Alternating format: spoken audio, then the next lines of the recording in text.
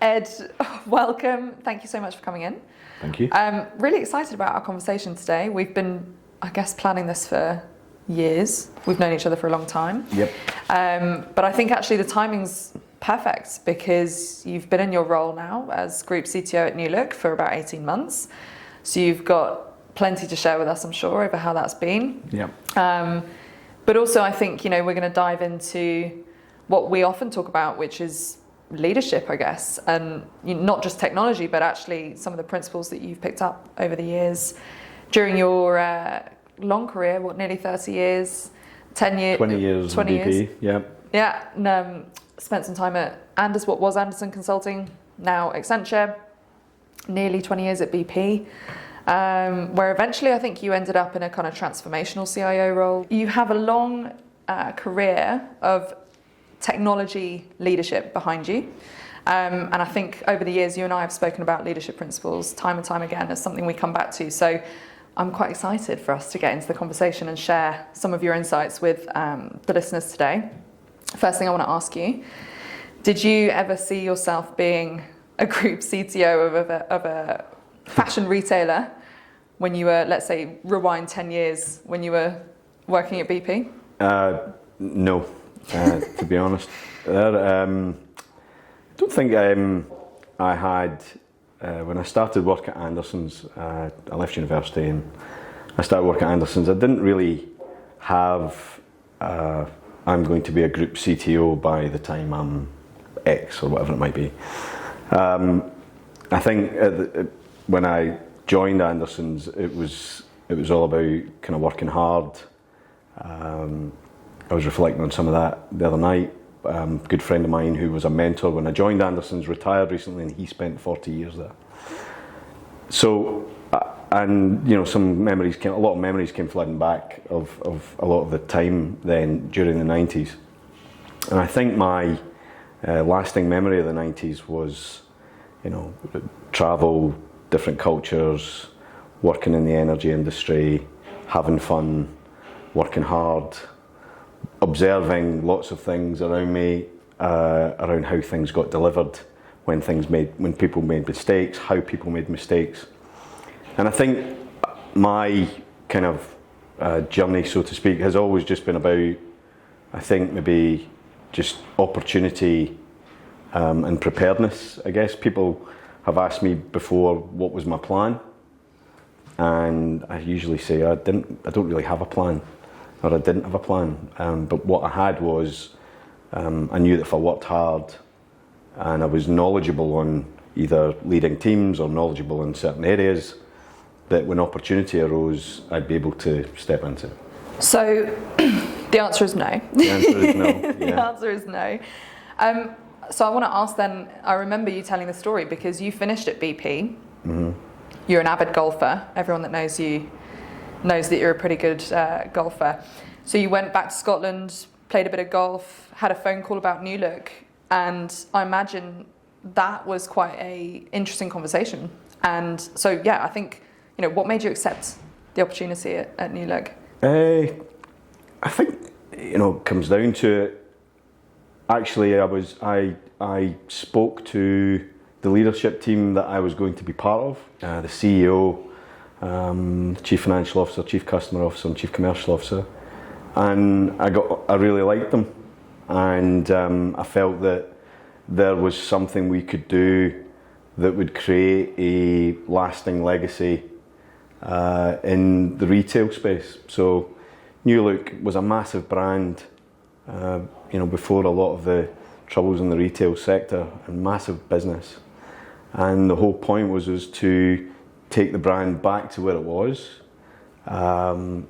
use technology and data to help do that and help us be the number one omni-channel retailer in the business. And in talking to the individuals that I'd be working with, I felt that we could work together as a team and we could deliver that. And at the end of it, there would be something that people who whether they be family or friends, would be able to give you direct feedback about things that you are doing and have done. So that's why I took it. Main thing though was I felt that I could work and trust the people who interviewed me, and they came across really authentic, and they all came across with the same purpose. And so those things were the things that made me want to join that team versus kind of moved into retail, if that makes sense. Okay, so yeah, it was more to do with the people involved than it being a conscious, let's leave oil and gas and go and try something completely off the wall and different. Because I do, whenever we've worked with you before on positions for New Look, when we talk about you, people always are quite surprised to hear that, he spent 20 years in the oil and gas industry and now he's doing retail. So yeah, it's quite a shift. How have you found the last year? Because you've been really clear, I think, from the off. When you stepped in as Group CTO, I think you brought a lot of strategic vision and energy into the position, and you articulated a very clear journey for New Look. How has the last 18 months been? How have you found it? I think one of the things I learned in the 18 years and from people above me in BP was the strength of partnerships. And in going in and trying to do what we were going to do with New Look, which is complete technology refresh from the networks to the order management systems to the store systems to the payments, it's the whole thing. I felt that partnerships were going to be really important, and so in order to do what you need to get done, versus what I think I see sometimes in the industry around, we'll call it suppliers or customers or those kind of things. And so for me at BP, I learned the power of partnerships, because when things are going well, everything's great. When things are not going so well, your partners can help you. When your partners aren't doing as well as they need to be doing, then you can help them. So it's a kind of collaborative relationship. And so in the last 18 months, it's been about trying to foster, I guess, the trust and collaboration inside the team, across the organisation, and also foster trust and collaboration with the partners that we need to work with in order to deliver in the way that we have been. The last 18 months as well, I've felt given a huge amount of autonomy and empowerment, and again working collaboratively with other kind of areas of the business, say for example procurement, and working with our chief procurement officer to say, look, we could spend 6 months analysing and trying to decide between 2 or 3 different partners, when actually any one of them could do the job. It's just how we set it up, and then make sure we get the best price, and then let them know that, and then work in that way, which has shortened lead times hugely, and that's allowed us to go quick.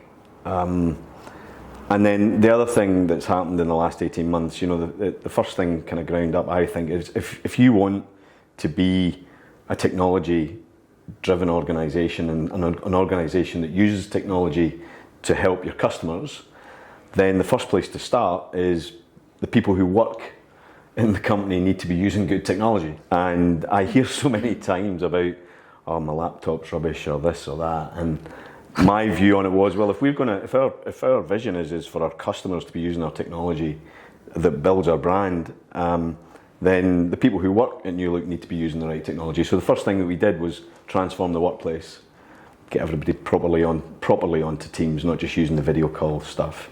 Get people, with laptops, with Office 365, operating in the cloud. All of the things that a modern technology organisation would do. We kind of got that throughout the place as well. And then, my learnings on some of the things that we've done, we've kind of gone after the whole lot. And, there's a bit of me now which is thinking like, well, actually, in order to de-risk some of the delivery, we're going to need to sequence it in the right way. And so now it's about trying to think what's the right way to land things so that you don't break it. And one of the things we've just done recently, we've just moved our website to Azure Cloud, and I have to say, even, I was working and managing teams who were doing that stuff since about 2015.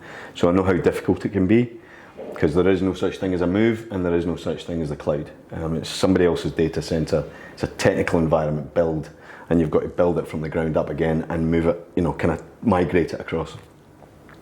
And it went super smooth. And I think, we thought about that. We thought about the sequencing, the timing, and how to completely de-risk it, because it's half our business. And so you don't want it down for 2-3 days while you're firefighting and bringing it up. It needs to go across and it needs to be up and running. You bring it down at 11 o'clock at night and it needs to be up at 8 o'clock in the morning. And we did that really successfully well. So the learning for that from me is around kind of sequencing things going forward, and maybe not trying to do everything, lock, stock. And do you think that's to do with BP and how they operate, in the sense that I think BP have a bit of a reputation for working at pace in the market? So, and we've talked about pace before. So is there an ideal pace? I mean, it sounds like you're reflecting on it now, but is there an ideal pace to operate at when you're trying to transform a business, or is speed everything? Because the biggest failing I see is, and maybe people, I get kind of frustrated sometimes, because I sometimes get, I look at the world and think that we don't learn from the past, and we don't reflect back, well, that's what happened then, and this is happening again, and this is what we do. And I think the biggest barrier to successful transformation is unrealistic timelines, and making statements like, we're going to do this in 12 months. And everybody who has to do this kind of looks at it and goes, I've got no idea how you're going to do that.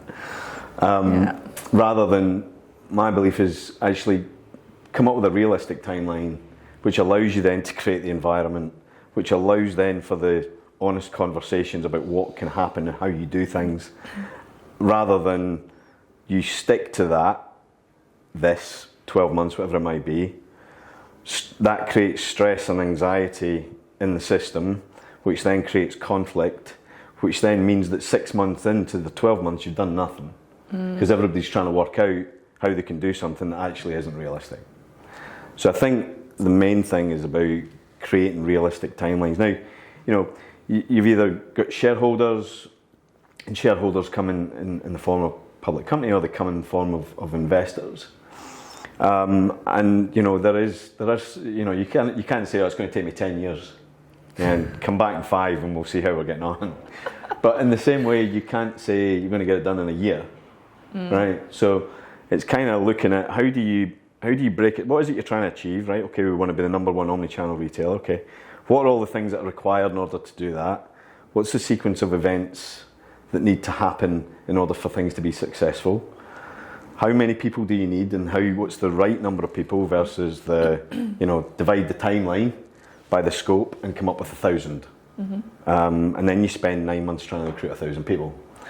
So those are the things I've learned going way back, and I think the key to transformation is creating realistic timelines, and I think the key to transformation is trusting the people who know what has to change and creating a compelling future for that change, and then empowering them and allowing them to actually make that happen. Which I think brings us onto the leadership side of things, because we talk a lot when we catch up around why you're actually able to influence and how you've been able to influence change.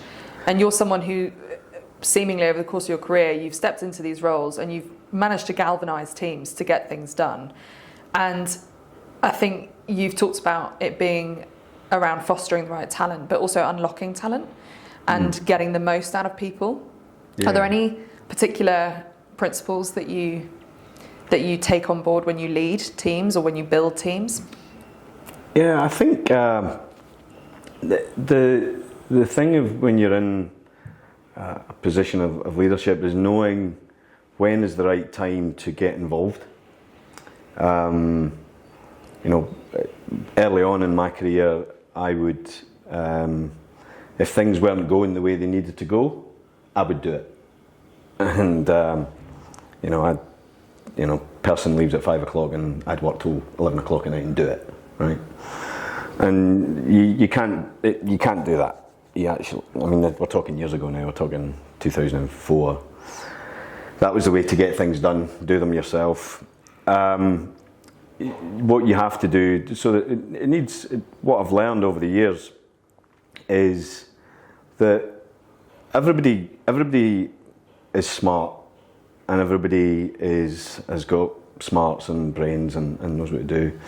And actually it's about creating an environment that allows people to have the space to not what I would call, and I've done a lot of work on some of the great training at BP was around psychology and how people think. And if you create the wrong environment, people will think with their amygdala, which is fight or flight, which doesn't allow them to use the brain. And fight or flight is, you need to get that done by tomorrow. Versus, how can I help? Or, what is it that's complicated about this? Do you need some air cover? Do you need a bit of space? Can I help you with it? Maybe not, maybe yes. And actually allowing people to use the front part of the brain, which is how you think and create, and you come up with the right ideas. So I think in terms of fostering talent and allowing teams to thrive, there is a plus and a minus of what I'm about to say, which is quite funny. I got into a very good place where teams that worked for me had worked for me for years, that it was a case of I was able to empower those teams, which meant all I had to do was provide air cover and make sure that they felt trusted, and that if anything happened or went wrong, there wasn't going to be consequence or, you know, the Spanish Inquisition, but more we would learn from it, and we would, you know, fix forward. What that means is that, you know, when I was interviewing, when I left BP, people would say to me, oh, you know, you were in charge of all of cloud migration to AWS and Azure. I said, well, actually I was in charge, but the guy you need to speak to is this guy. Because I didn't really do anything. All I did was kind of allow him to do stuff. Or, you know, people would ask you about the delivery of such and such, and you go, well, actually, I was in charge of that, but, you know, what you need to talk to this guy, because they were the people who did that. And so, you know, and then you understand, well, actually, what was your role in all of this? And then you kind of question yourself, and actually your role in all of this was allowing people to have the space where they were trusted, and they could collaborate, and they could work with each other, and they could learn, and they could fail, and they could, you know, they always felt that you had their back. And I actually had to ask a couple of the guys that worked for me, what was it that we did? And they were very good with feedback, so it was good. I think that's making me laugh, because you are in your role as leader. I think it's about creating an environment where your team can actually execute what you've hired them to do. And so one of the things about you, and I think some of the other CIOs in my network, is that we talk about humility a lot. And do you think, I mean, I know you try and act and behave in a humble way throughout everything that you do. It's been a consistent message that you've translated to me, but have you always been like that? Has that been something you've learned? So, you know, I've learned things from some great people over the years. I'll probably, if you ever watches this, you'll get embarrassed. So, Paul Burgess, Accenture partner, my first mentor. I remember him, you know, as a 22-year-old. He said to me, always make sure that, you know, when you come into the office, you say good morning to folks, you ask people how they are, whether that be the people on the front reception, whether it be the PAs, you know, the secretaries at the time. He also told me, the secretaries can be your best friend, or they will kill you. So it's best that you are, you know, that you remember who you are, and at the end of the day, you're just another human being, and be kind. Yeah. And you know, and say hello, and anytime he also said, anytime anybody ever does anything for you, say thank you. And so that was kind of my first piece of mentorship, I guess. And I never ever forgot that. I think, if I reflect in the 90s up to about, there was a moment in time in BP where they put me on this great course about thought as a system, and it was a lot of work that was done by David Bohm and Oppenheimer, and it was run by a guy called Bill Isaacs and Dialogos, and it was run over a year. Up to that point, I was, all about, the way to get things done was just to work harder, and that was fine, to be honest, because I'm a big believer in, work ethic, and you only kind of get where you get to by working hard. But I guess that course corrected me to start thinking more around what I would call the human system and the impact that you have on people, because I think Simon Sinek says this, he says that you're not in charge, there are people in your charge. Mm-hmm. And so you have to, every action that you have has an impact, whether it be in the office 9 to 5 or whether they go home at night and they're really stressed in the behaviour that they have with their family. If I reflect, yesterday was quite a stressful day for me. I don't think anybody would have known because I'm quite good at hiding all that, and it wasn't caused by anybody else, more it was caused by myself. But things that you do at work have an impact on your well-being. And so that course corrected me to think about thought as a system, the bigger connected system. It's not religious or, people talk about inspirational. Well, inspirational means in spirit, right? And you can connect to people in spirit. And one of the things that I saw then, which blew me away, another one of those, this is a moment, where Bohm and Oppenheimer, I think it was Oppenheimer maybe, proved that the electromagnetic waves pattern that was around the sun was the same electromagnetic wave pattern that's around the earth, that's the same electromagnetic wave pattern around the human heart. Thus, therefore, proving that we're all connected. And then you get a wee bit cosmic and you start looking at Taoism and all sorts of philosophy and psychology and all sorts of stuff. So, but all of that made me think around how everything is connected and how we're all connected. And so so humility for me isn't about me being humble. It's about me, how I manifest myself on whoever is engaging with me and how they feel when they're engaged with me. And that is around kind of listening, not jumping to things, allowing people space. So humility, I guess what I'm trying to say is humility is formed of many different things.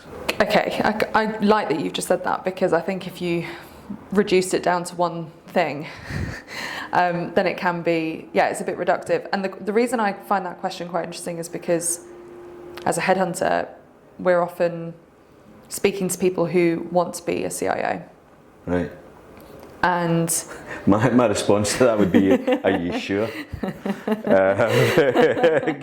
Given how I felt last night when I went home. I'll tell them no. But yeah, I think some of the kind of the future CIOs, right? I've witnessed that they sometimes, some of the people in my network are quite comfortable being a really solid number two. Mm-hmm. And being the person who goes, yeah, not a problem, I'll go and do that. I'll get that done. You can depend on me. But actually they know that they're so fundamental in the business and they could probably go and do the CIO role. Mm-hmm. But something holds them back. I don't know if it is humility, but you've gone from leadership to leadership to leadership role. Yeah.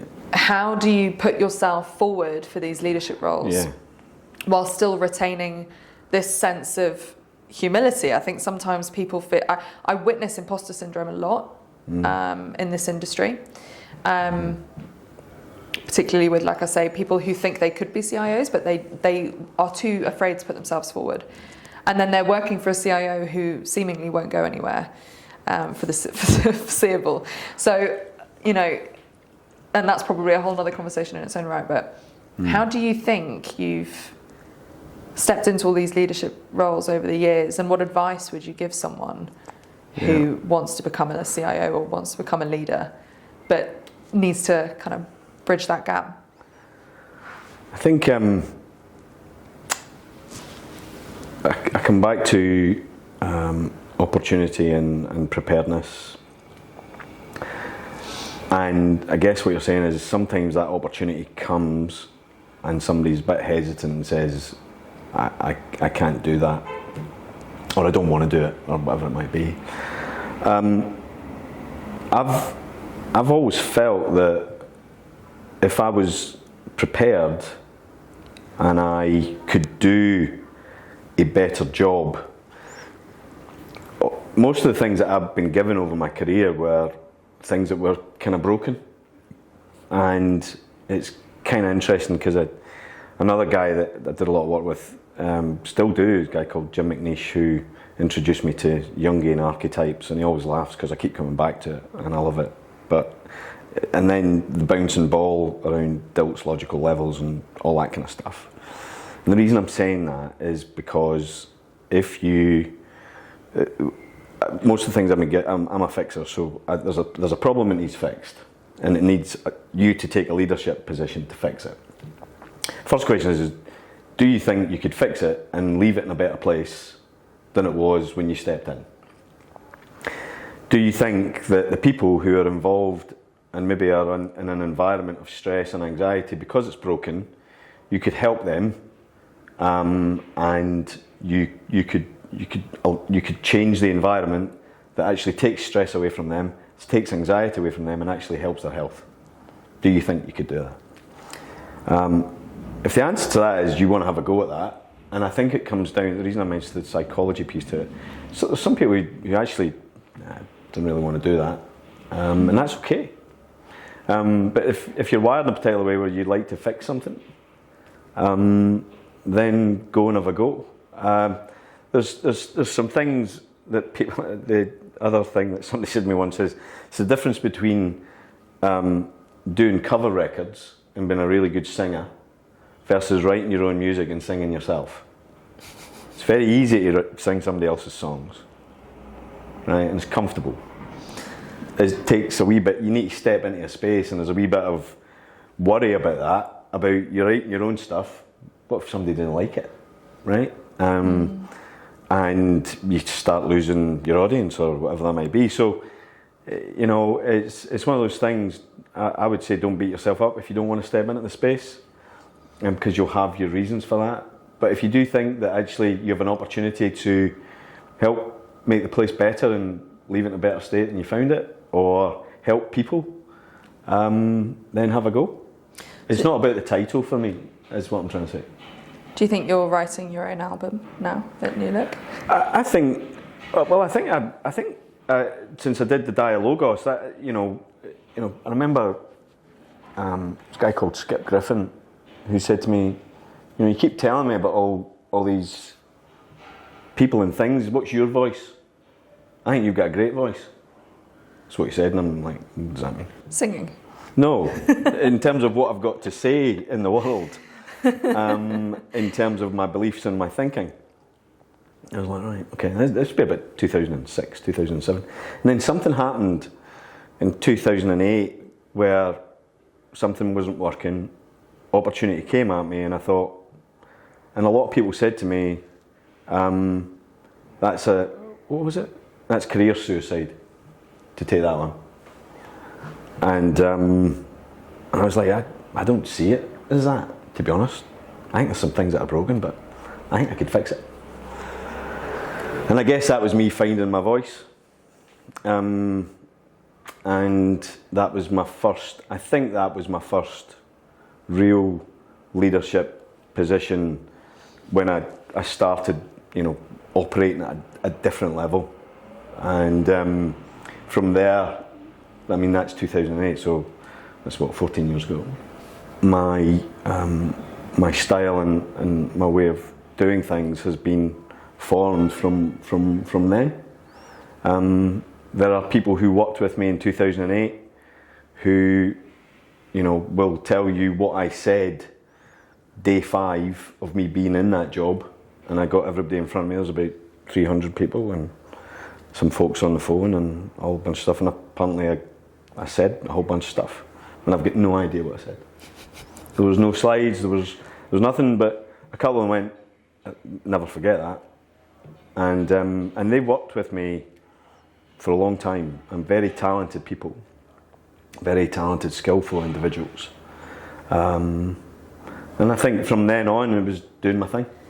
Do you think you've changed at all since you've been in New Look versus BP? I mean, do you think New Look has, and maybe not even as just a business, but maybe the sector has had any play in how you now change or perceive leadership, or has it been the same principles that have taken you through BP right through to where you are today? Because at the end of the day, it's people, isn't it? On a humorous side of things, the things that I get invited to sometimes now are way cooler than some of the things that I used to get invited to before, in the eyes of my daughter and my family and, other half and all that kind of stuff. It's a lot cooler. So, you go to the British Fashion Awards, Royal Albert Hall, versus you got invited to Man United, Chelsea at Wembley. Right, so...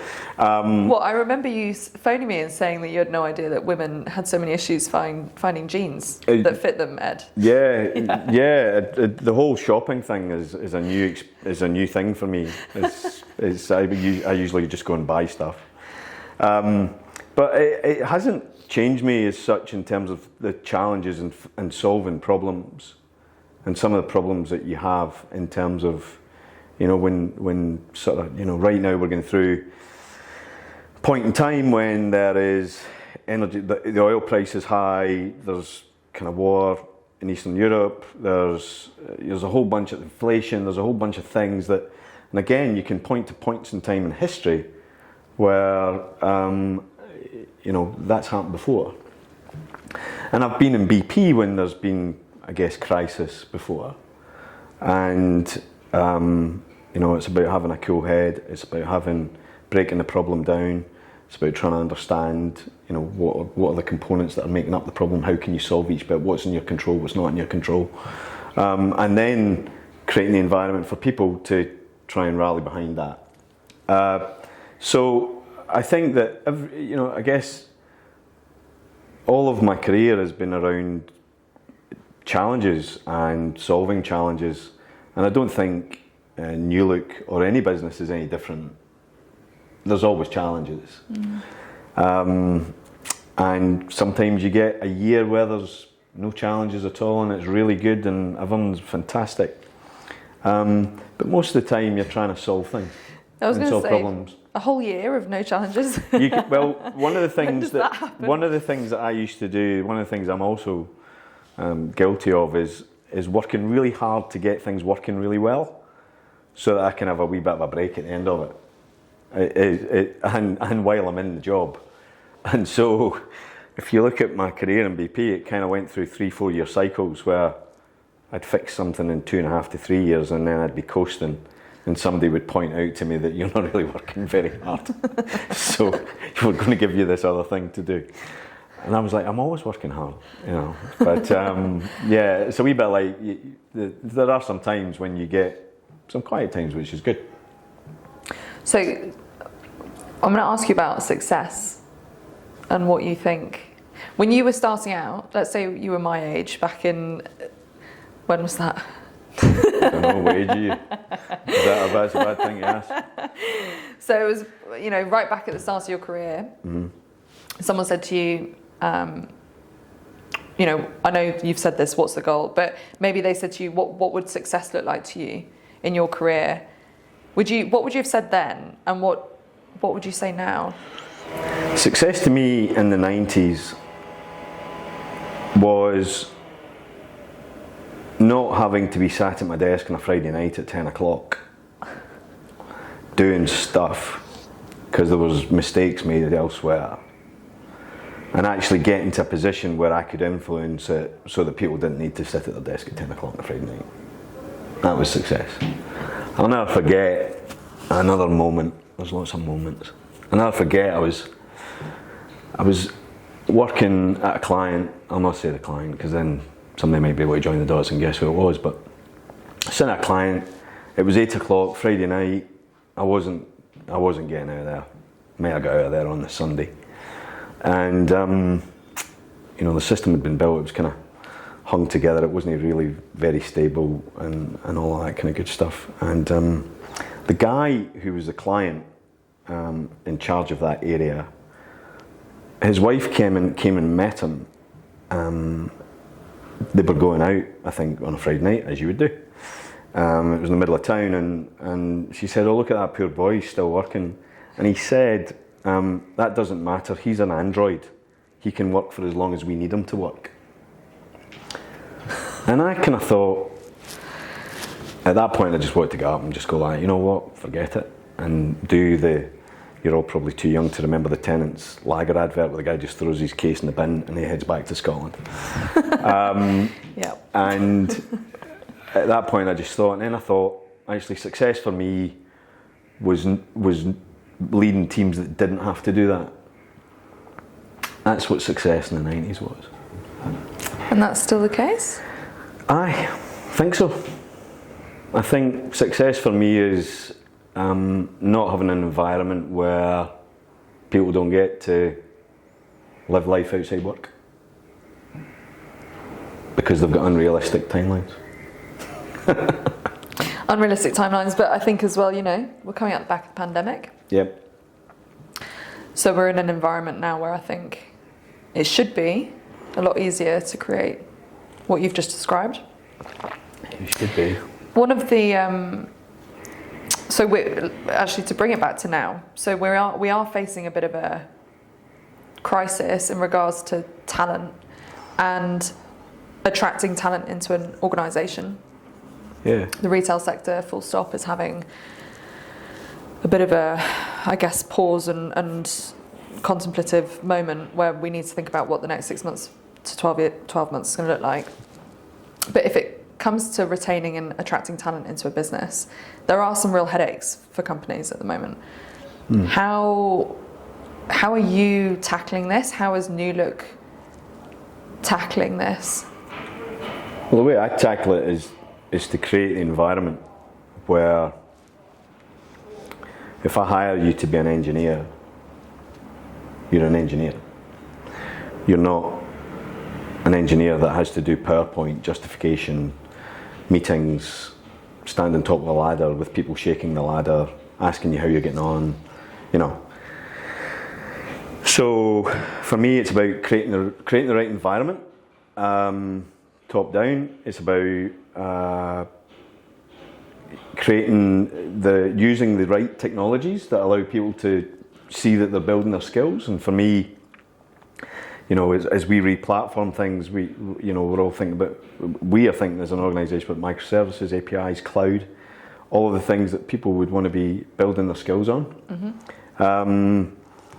I'm thinking about making it fun and, helping people understand their role, I guess, in the greater purpose. If you're building code, or you're in charge of a product that's on the website and it's all around, say, fit analytics and all of that kind of stuff, then that's helping us help our customers buy product that they don't have to return and therefore is more sustainable. And so it all goes towards helping, I know my place in helping us become the number one omni-channel retailer. So it's about creating an environment where you've got the right technologies, you get the right environment, that you're creative, you're not under stress or anxiety, and it's about having fun in knowing what your role is in the bigger purpose. What do you think, if we just look forward, what do you think the biggest challenges are for omni-channel retailers over the next 12 months? One of the things that I keep saying to our leadership team is that coming out the back of a CVA, we don't have that many people, because when we went through the CVAs, you had to downsize, you just had to survive.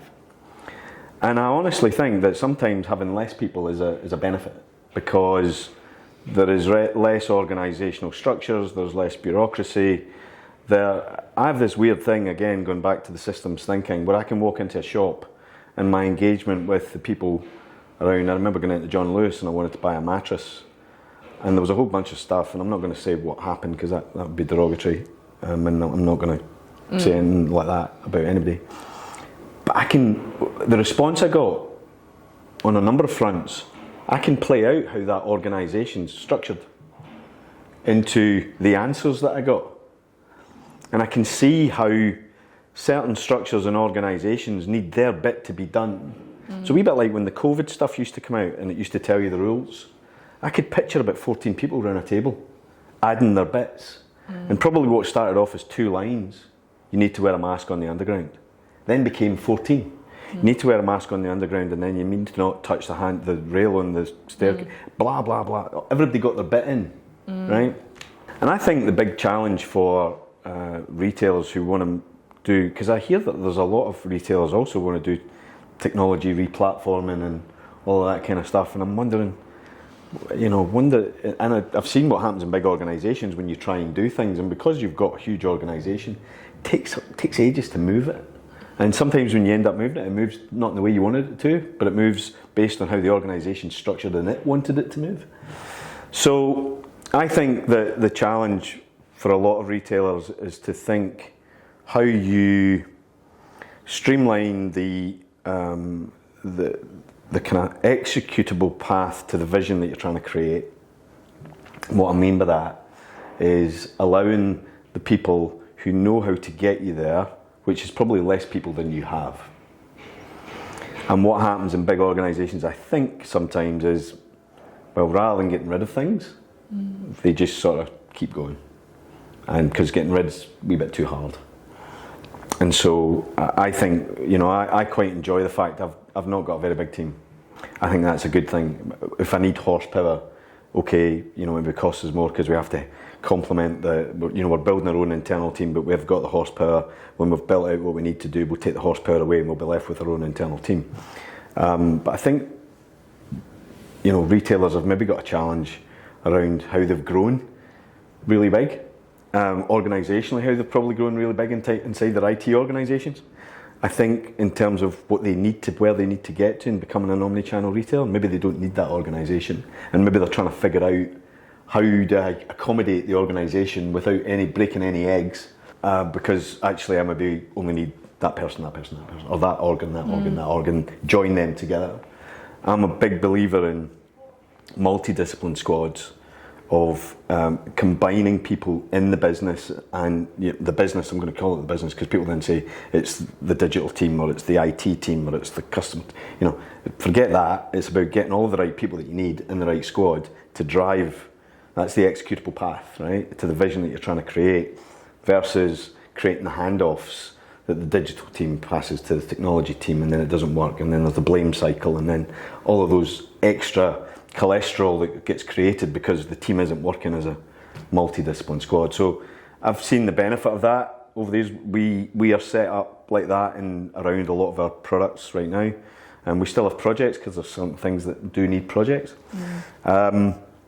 So I think that the organisational structures and the HR lines and the handoffs are probably what gets in the way of retailers in any organisation achieving its goals. Yeah, I think you've mentioned a few names, but there are a few retailers in the UK who kind of follow that model that you've just described, where they probably have too much in the business. Are there any retailers that you think are doing it well at the moment? I think there's lots that are doing bits well. I look at, as I say, I've now gone to shops, whereas I probably didn't before.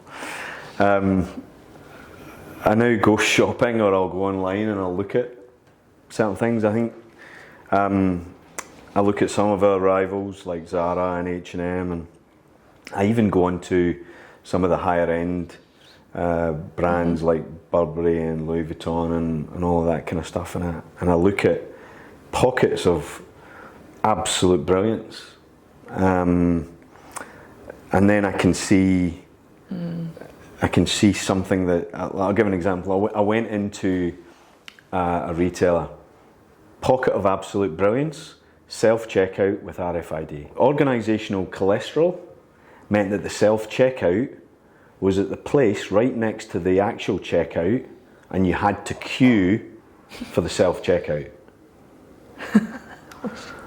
Which defeats the whole point. Defeats the point. So point of brilliance, self-checkout, RFID, drop it into the basket, pay for it, allows you to de-tag it, walk out the shop.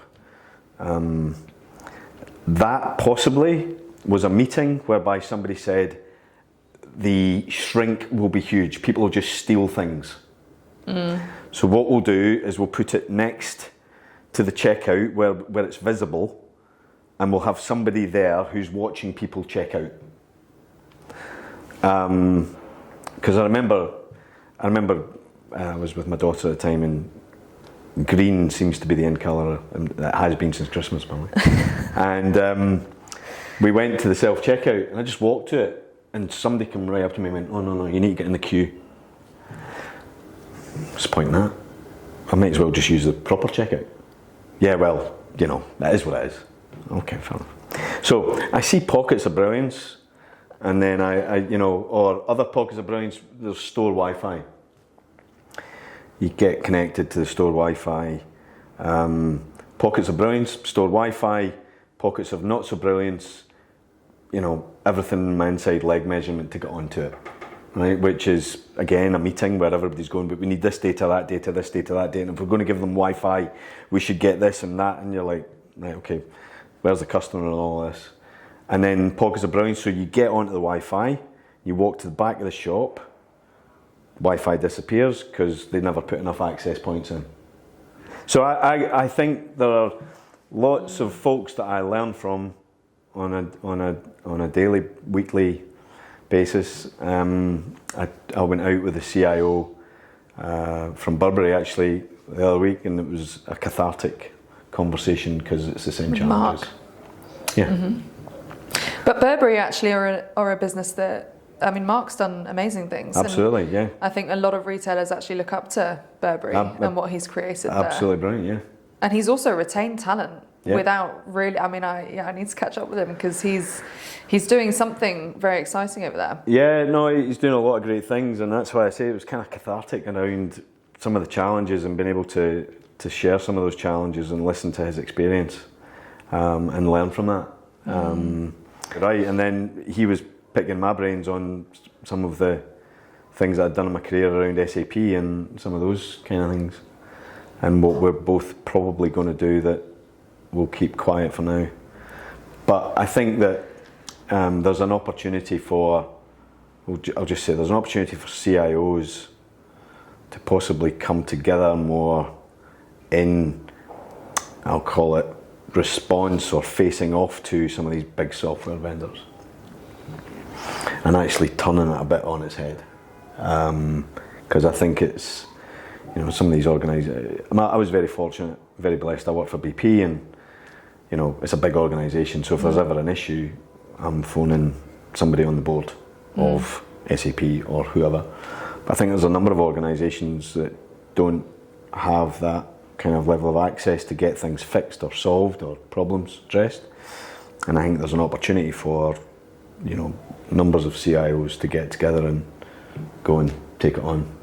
So just to kind of round off what's been a very interesting discussion, I want to ask you about your, inspirations in life, if you've got some personal or professional heroes that you've looked up to over the years. So I think there's a lot of people I admire. I always think, maybe it's just my background, but the guy in at the end of Dunkirk that Tom Hardy plays is based on a real character, a guy called Alan Deere, who was a hero. And that act that he does at the end, where he checks the fuel gauge and he's not getting any fuel to get back, and he sees a Stuka dive bomber going after a boat, and he's running on vapor at this point, and he takes the Stuka dive bomber out, and then he lands on the beach and he sets the plane on fire, and then he's captured. That's heroism in my book, and I've never met that guy, but he did something similar in real life, and it was actually in Belgium. But when you ask people who do things like that, why did they do it? Then the answer is because they believe that somebody would have done it for them. And so if you take that to the world of business and people that I admire, that I've looked at and worked with, there's a lot of people in BP that I admired over the years. Brian Golvari would be one of them in terms of what we talked about earlier, thinking about a crisis and managing through a situation where you've kind of got the whole Macondo thing happening on one side, and you've got the whole BP-TNK separation happening on the other. So you get the Americans there, you get the Russians there, and how you kind of managed all through that was, I guess something that in the conversation yesterday I used as a bit of inspiration in the conversation with my leadership team. Rob Lawson, who I worked with at BP, is also someone I admire in terms of a cool head. Again, thinking through how empowerment, creating the right environment, all those kind of things. And so I look for people who, as I say, you can see people who create the right environment for people to be successful. Nobody's perfect. You're only human at the end of the day. And so, everybody's got their learning. You can always be learning, but those would be people that, in a professional sense, I reflect back on my career. I think from a personal perspective, I'd love to have dinner with Marcus Aurelius, just because I've read all his stuff and I read every day that stoic mentality and also what was going on there and the level of change he brought about to the whole of Western Europe. Okay, it was back in the day, but change is change. And also I admire people who, I always tell people that if you want to be the best at what you are, whether you be a musician, whether you be a sports person, whether you be an actor or an actress or whatever it might be, then every single person who you look at and they're at the top of their game and they're receiving awards or whatever that is that they're done, have put the effort in and have worked and become an expert in that, to the point whereby nobody else can do what they do. And that's not because, and they've got that because they've worked really, really hard. And that for me are people who I admire the most. When I see folks, and I always say to folks, that person's there, they've probably been rejected 5 or 6 times, they've probably worked, nights, weekends, constantly at it. It's not come about just because they were given it. And that's people that I admire, and that's in all walks of life. Amazing. Last question. If you weren't doing this, Ed, what would you be doing? I have an inkling. Yeah, so I was very fortunate to have best part of a year's garden leave, and anybody that ever gets offered garden leave sees it. Don't go straight to work. Take the time. Best year of, climbing hills, going out on my bike, meeting friends, going on holiday, as far as you could go during that time because it was in the pandemic. Yeah. And playing golf. And one of the things that I did with a good friend of mine, Gordon Sherry, was at the time he's like, look, I think I was playing off 6 at the time, which I was okay. He's like, look, you've got some time in your hands, we could do some work together, and let's set a goal of being off scratch and work out how we do that. And again, that's in order to do that, there's an awful lot of learning, there's an awful lot of listening, there's an awful lot of application, there's a whole bunch of things to that. So I'd probably be doing something where I'm learning, but I'd be learning about other things. Golf related? Golf, could be cycling. I'm a wee bit OCD on things sometimes, where I don't know what the 3-letter acronym would be, but once I want to go after kind of doing something and being really good at it, I'll kind of work really hard at being really good at it, and kind of getting all the gear and no idea, and just keep working at it and work out how to get better and what supplements you need to take, or whatever it might be, I'd be trying to learn. I'd pick something and I'd learn how to be the best at it. Amazing. Well, thank you for coming in. Thanks very much. It's been enjoyable. Spending the time taking us through. Very excited to see what you continue to achieve with New Look in your role. Thank you. And yeah, hopefully we can do this again. Brilliant. Thanks very much. Thank you.